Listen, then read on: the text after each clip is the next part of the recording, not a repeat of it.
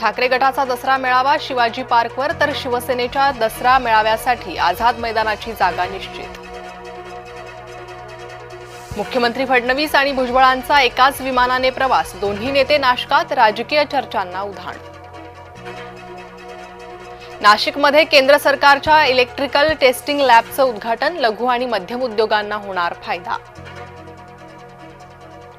जनसुरक्षा कायद्याविरोधात महाविकास आघाडी आक्रमक, मागण्यांपासून वंचित ठेवण्यासाठी कायदा, महाविकास आघाडीच्या कार्यकर्त्यांचा आरोप. हक्काचा निधी हवाच, ओबीसींची महायुतीकडे मागणी, शासनादेशाचा दुरुपयोग नको, भुजबळ आक्रमक. मराठ्यांना दिलेल्या शासनादेशावर ओबीसी नाराज, ओबीसी बैठकीनंतर पंकजा मुंडेंची महायुती विरोधी भूमिका. मनपा निवडणुकीमुळे शिवसेनेची मुख्य कार्यकारी समिती जाहीर, समितीमध्ये 21 प्रमुख नेत्यांचा समावेश.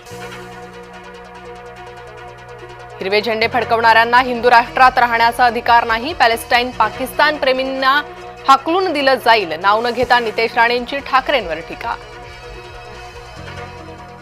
जुन्नरमध्ये डीजेच्या गाडीचा ब्रेक फेल, ढोल पथकातील 7 जण चिरडले, एकाचा मृत्यू, 3 जण गंभीर जखमी.